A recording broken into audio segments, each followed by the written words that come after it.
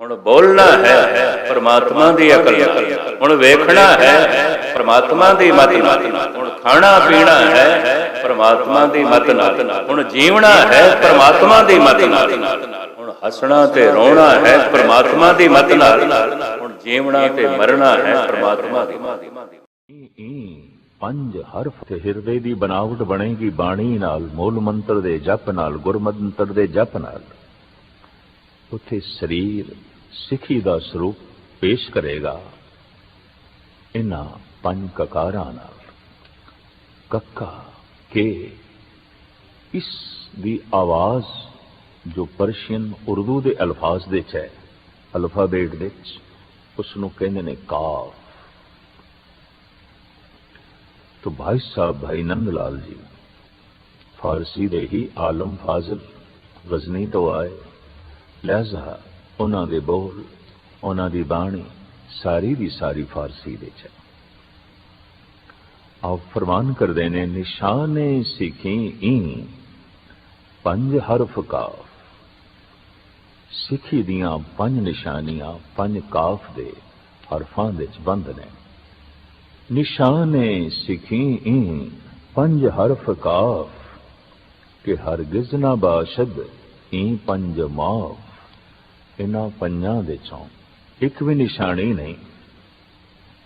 सिख हरगिज माफी दा ख्वाहिशगार नहीं बन सकता, उसनूं माफ नहीं किया जा सकता। केड़ियां पंज निशानियां? कड़ा कार दो काछ कंगा बिदा, बिना केस हेच अस जुमला निशा।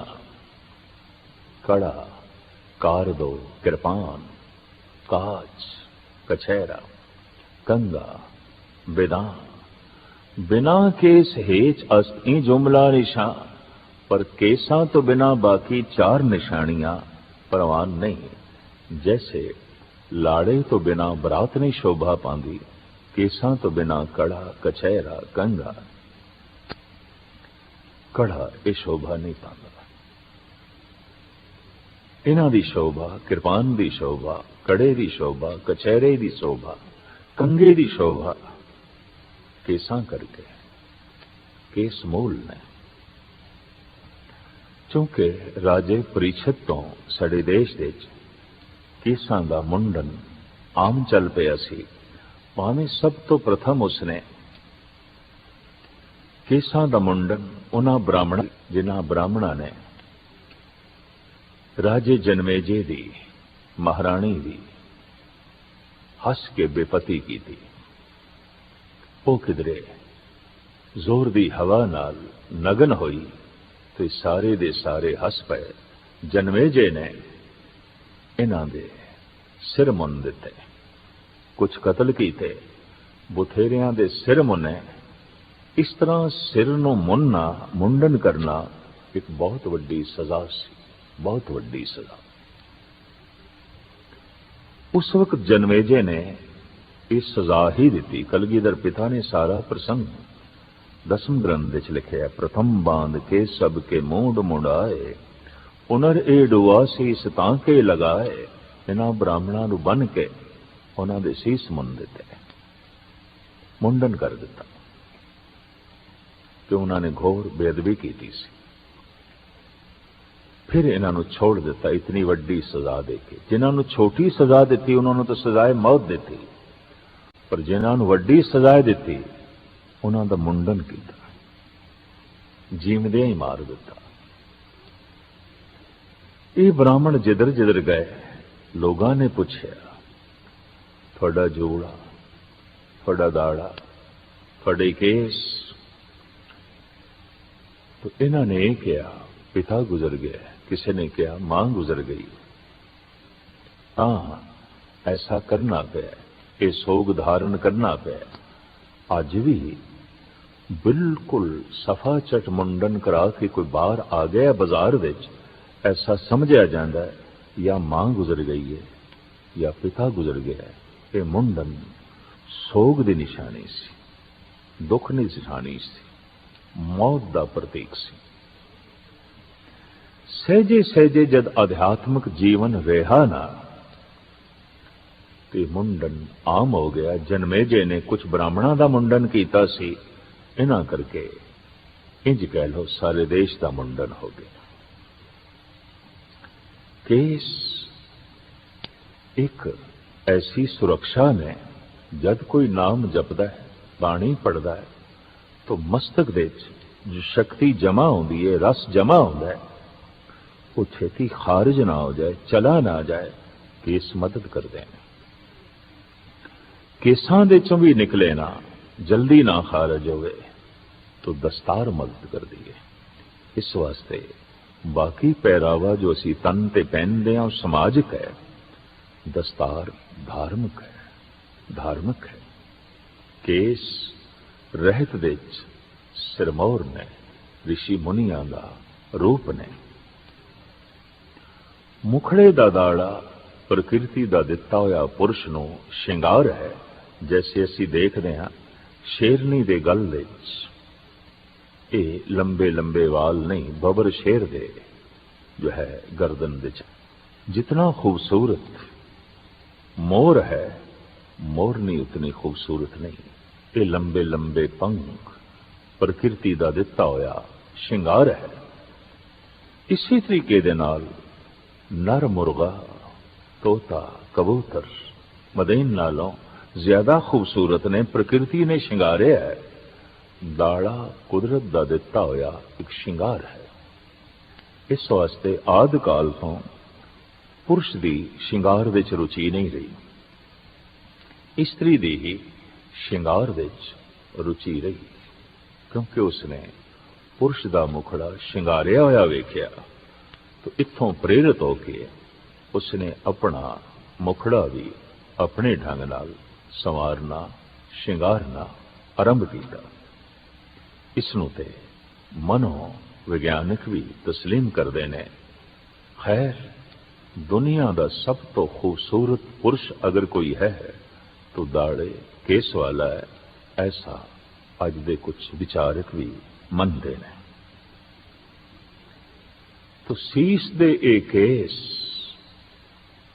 रहतां विच सिरमौर रहत ने ऋषि मुनिया की रूपरेखा। कड़ा सरबलो हर वक्त बदन नूं छूंदा रहे। इस नाल शरीर की आरोग्यता तो रहिंदी है, लेकिन खला विच जो अनंत बेशुमार मलीन रूहां घुम रही ने, उन्हां तो भी बचाव होंदा है। कई कोट भूत प्रेत सूकर मिर्गाज। तांत्रिक योगा खास करके काला तांत्रिक, इसका उस पुरुष उत्ते कोई असर नहीं जिसने अपने हाथ विच कड़ा पहनिया होया है। अज ते असीं देखते हैं अनुमति भी है, अपने छोटे छोटे बच्चों को कड़ा पहनाते हैं ताकि किसी तंत्र विधि का या किसी रूह का परछावा इन्हां ते ना पवे। अज ते नवजायद बच्चे, नवे जन्मे बच्चों लई मावां कड़े मंगदियां ने, अनुमति है।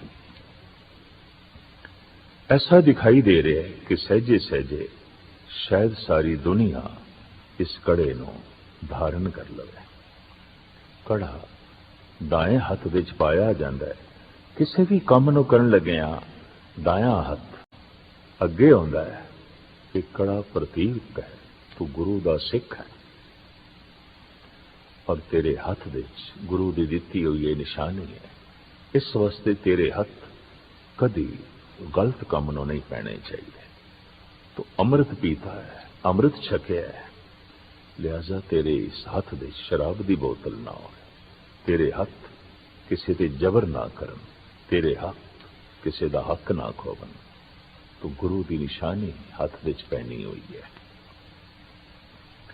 कछहरा एक ऐसा पर्दा और इसका इतना मनोविज्ञानक मन ते असर है कि सहजे सहजे अज ते सारी दुनिया ने धारण कर लिया है। भावें ओ रूप ना हो जो कलगीधर ने सानू दिता है, पर कुछ ना कुछ शहरे दी बनावट जैसा ही कछहरा सारी दुनिया ने अज धारण कर लिया है और इसनू शरीर दी और मन दी एक खास लोड़ समझ लिया गया। कंगा केसां दी सफाई लई ते है, लेकिन इस दे नाल जप तप करन तो बाद जो थोड़ी जियां दिमागी थकावट या शरीरक थकावट हो सकती है, इस कंगे दे बार बार सिर ते फेरन नाल मस्तक हौला हो जाता है और थकावट दूर हो जाती है और नाले केस संवर जाते हैं। किरपान ठीक है, अज हाइड्रोजन बम तो भी मनुख अगे लंघे और कुछ तर्कशील ऐसा कहते हैं कि इस एटम बम हाइड्रोजन बम के जमाने ये निक्की जी किरपान की मैंने रख दी है, जो सिख जगत ने पहनी हुई है, जो कलगीधर ने दी है और पहनना लाजमी करार दिता है। दरअसल ये किरपान एक प्रतीक है, मन दे ते इसदा असर है कि तू केवल संत नहीं सिपाही भी है। केस संत दा स्वरूप पेश करते हैं, किरपान सिपाही दा रूप पेश करती है। इस तरह धन गुरु गोबिंद सिंह जी महाराज ने मनुख नूं संत सिपाही बनाया। गुरु नानक देव जी महाराज तो लेके धन गुरु तेग बहादुर साहब जी महाराज तक यतनशील रहे मनुख नूं संत बनाने विच। इसे संत नूं धन गुरु गोबिंद सिंह जी महाराज ने सिपाही बनाया। जद कोई संत सिपाही बनता है, उसके हथों मजलूम की रक्षा होती है, मुल्क की तामीर होती है, कमजोरां की उसारी होती है। और जद कोई केवल सिपाही है, संत नहीं, उसके हथ मजलूमां की गर्दन कटते हैं। चीन के एक प्रसिद्ध संत ने कहा है, सिपाही दे सैनिक दे जिथे पैर जम जाते ने, टिक जाते ने, जमीन उत्थे उजड़ जांदियां ने, बर्बाद हो जांदियां ने। सिपाही दे कदम बर्बादियां नूं जन्म देंदे ने, जन्म देंदे ने बर्बादियां। अगर सिपाही संत पहले है तो उहदे कदमां नाल तामीर होंदी है मनुखता दी, उहदे कदमां नाल धरती जरखैज होंदी है। ठीक आख्या है चीनी संत कन्फ्यूशस ने कि जिथे रुक जाते ने सैनिक दे पैर, सिपाही दे पैर, उत्थे कंडे ही कंडे रह जाते हैं, उजाड़ ही उजाड़ रह जाता है, बर्बादियां ही बर्बादियां जन्म लैंदियां ने। पर जिथे वो सिपाही जो संत पहले है, उहदे कदमां दे राही तामीर होंदी है, उहदे हत्थां दे राही उसारी होंदी है और धरती हरी भरी होंदी है। मनुख नूं इंसाफ मिलता है, कमजोर दी रक्षा होंदी है और जालिम दे पैर रुकदे ने। तो इस तरह धन गुरु गोबिंद सिंह जी महाराज ने संत नूं सिपाही बनाया और सिपाही दा प्रतीक है शस्त्र। तो शस्त्र पहना दिता। किरपान इस वास्ते पहननी है कि इस छोटी जी किरपान नाल कोई मैदानी जंग दे लड़ना नहीं, पर यह छोटी जी किरपान एहसास करांदी रहे कि असी सिपाही हाँ, सिपाही हाँ। और इस तरह का अंदर वीर रस बनिया रहे तो फिर मनुख अपनी भी रक्षा कर सकता है, कौम की भी रक्षा कर सकता है, देश की भी रक्षा कर सकता है, और किसी तरह का भी कोई हथियार होवे उस नाल रक्षा करेगा। लेकिन सिपाही होने का भाव तो बनिया रहे, अंदर वीर रस ते बनिया रहे, वो तो तां ही हो सकता है कि हर वक्त मनुख ने कोई शस्त्र पहने होवे। तो इस तरह किरपान पहनने की, धारण करने की सानू ताकीद की गई।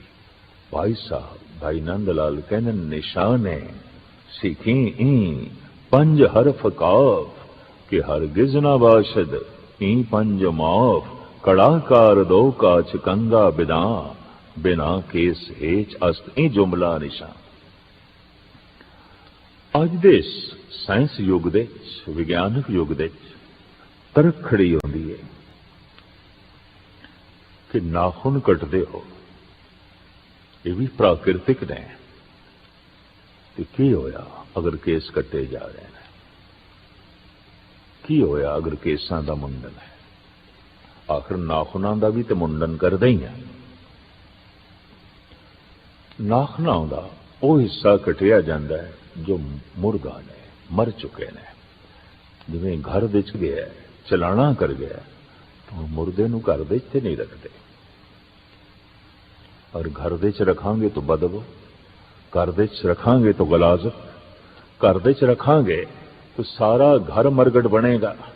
इस वास्ते मुर्दे नूं मरगट घाट ले जाते हैं और जला के खाक करते हैं। नाखून जो मुर्दा हो जाते ने मैल नाल भर जाते हैं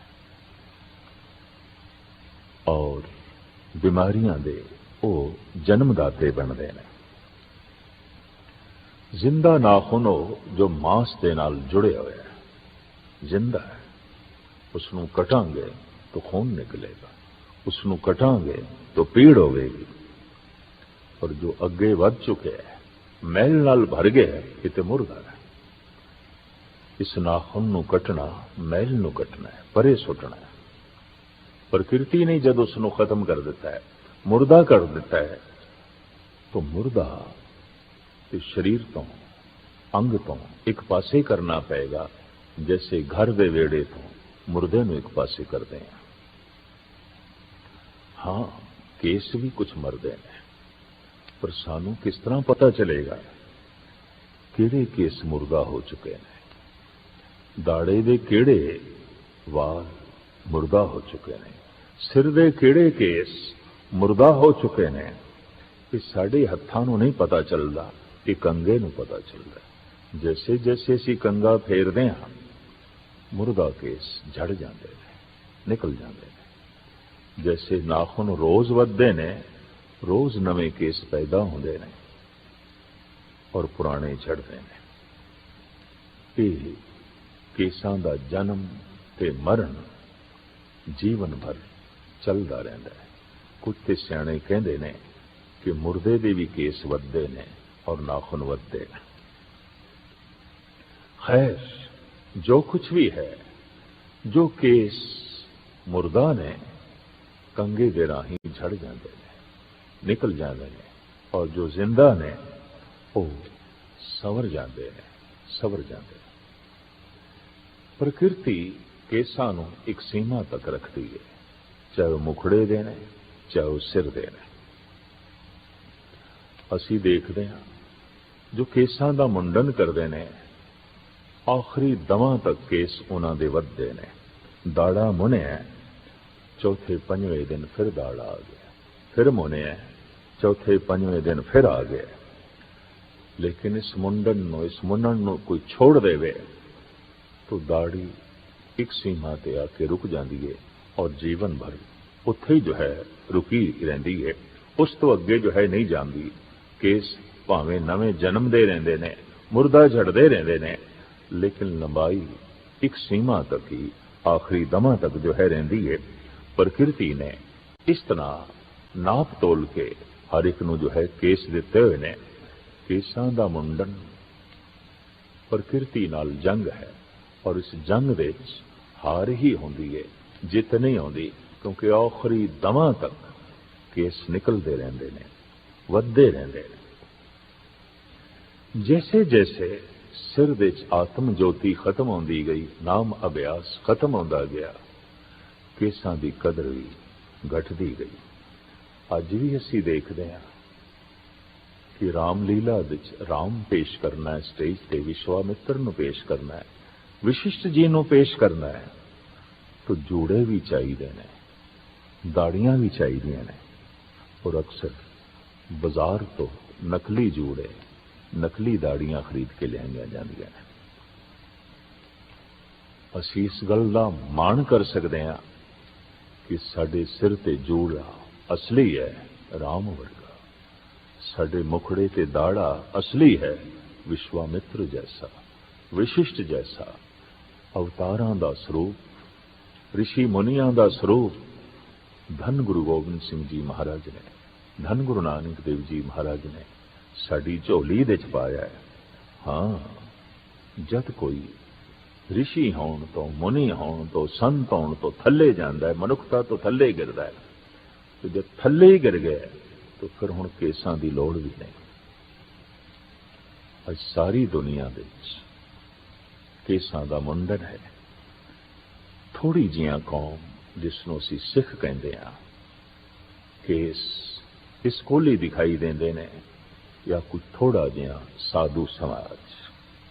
वैसे बगौर मुताला करिए, मोहम्मद साहब केसाधारी सन, हजरत ईसा केसाधारी सन, और इसे तरीके नाल भारत दे तमाम ऋषि मुनि अवतारी पुरुष केसाधारी सन। और सिर्फ केसाधारी नहीं, बहुत अवतारी पुरुष शस्त्रधारी भी सन। जैसे धनुष्बाण श्री राम कोल है, जैसे सुदर्शन चक्र श्री कृष्ण कोल है, जैसे तलवार मोहम्मद साहब दे जो है हथ दे च है, और इसे तरीके नाल परशुराम कोल कुलाड़ा है, बरछा है, हनुमान दे कोल गदा है, गधा विष्णु जी कोल भी है। और इस तरीके नाल असी देखते हैं बहुते अवतारी पुरुष, पैगंबरी पुरुष धारी ने, केसाधारी ने जैसे जैसे पैगंबरां नूं अवतारां नूं मनना घटदा गया, उन्हां दा सत्कार सन्मान घटदा गया, क्योंकि जितनी मिकदार दे च मनुख दा अहंकार वधदा है, उतनी ही मिकदार दे च अवतार दा सत्कार घटदा है। ते जिस दे लई कोई सत्कार नहीं रहा, आदर नहीं रहा, उस दे पिछे चलन दी लोड़ की है।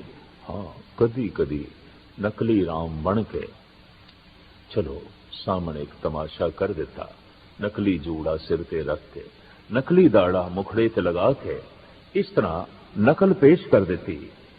लेकिन ये पेश करना भी इस गल दा सबूत है कि जूड़ा केस इन्हां अवतारी पुरुषां ने धारण कीते हुए सन। और जे इन्हां दी उस जमाने दे च लोड़ सी तो अज भी लोड़ है। अगर अज लोड़ नहीं है तो फिर जूड़े तो बिना ही राम पेश करना चाहिए, दाड़े तो बिना विश्वामित्र ते विशिष्ट नो स्टेज पे पेश करना चाहिए। ऋषि मुनियां दा स्वरूप, पैगंबरां दा स्वरूप, गुरु अवतारां दा स्वरूप धन गुरु गोबिंद सिंह जी महाराज ने सानू प्रदान किया, और प्रदान करके साफ आग दिता, खालसा मेरो रूप है खास, खालसे मैं हूं करो निवास। जिमें चंगी औलाद मां बाप दे नाम नू रोशन कर दी गए, तिवें धन गुरु गोबिंद सिंह जी महाराज कहते हैं, ऐ खालसा तेरा जीवन इतना उच्चा है और तू ऐसा संत स्वरूप बने है, तू मैनू चार चंद ला दिते ने, तू मैनू सजा दिता है माण नाल सतगुरु। इत्थे तक कहते ने, इन्हीं की कृपा के सजे हम हैं, नहीं तो मोह से गरीब करोड़ परे हैं। किसी नू शक ना पवे कि खुशामद की जा रही है या गल वधा के आखी जा रही है, तो महाराज कहते या में रंच न मिथ्या बाकी, पार ब्रह्म गुरु नानक साखी। मैं पार ब्रह्म गुरु नानक नू साखी करके कह रहे हैं, साक्षी करके कह रहे हैं, गवाही दे के कह रहे हैं कि तेरे विच ते मेरे विच कोई भेद नहीं, तू मेरा रूप हो गया मन करके तन करके। जब वाकई बाणी हिरदे च प्रवेश कर जाए, रोम रोम दे च प्रवेश कर जाए, तो हिरदा गुरु वर्गा बन गया। और तन देते जब ककार धारण कर ले तो तन गुरु वर्गा बन गया। तो गुरु नू मान नाल कहना पैंदा है, ये मेरा अपना रूप, ये मेरा अपना रूप। और धन गुरु गोबिंद सिंह जी महाराज ने खालसे दा सत्कार करना पैंदा है। खालसे नू सज्जन कहंदे ने, मित्र कहंदे ने, गुरपूरा करके कहंदे ने, और खालसे नू अपना स्वरूप करके जो है बयान करते हैं। धन गुरु गोबिंद सिंह जी महाराज की ये अमर देन ये अदुੱਤੀ देन सहजे सहजे अज जगत दे चर्चा दा विषय बनी हुई है। लेकिन सहजे सहजे सतगुरु की इस दात नूं धारण करने का भी माहौल बनना आरंभ होया है। और एक दिन जरूर ऐसा आएगा कि धन गुरु गोबिंद सिंह जी महाराज की इस देन नूं अमर देन समझ के, प्रकृति की देन समझ के, परमात्मा की देन समझ के हर मनुष्य कबूल करेगा, अपनाएगा। अरदास है उस परिपूर्ण परमात्मा के चरणों कि धन गुरु गोबिंद सिंह जी महाराज की ये दात, गुरु नानक की ये बख्शिश झोली विच संभाल के रख सकीए, ताकि गुरु नानक धन गुरु गोबिंद सिंह जी महाराज साडे ते मान कर सकन और मान नाल कह सकन, खालसा मेरो रूप है खास, खालसे मैं हूं करो निवास। मैं खालसे दे चा, खालसा मेरे विच है। हुण कोई भेद नहीं रहा और रंचक मात्र भी भेद नहीं रहा। या में रंच न मिथया भाखी, पार ब्रह्म गुरु नानक साहब।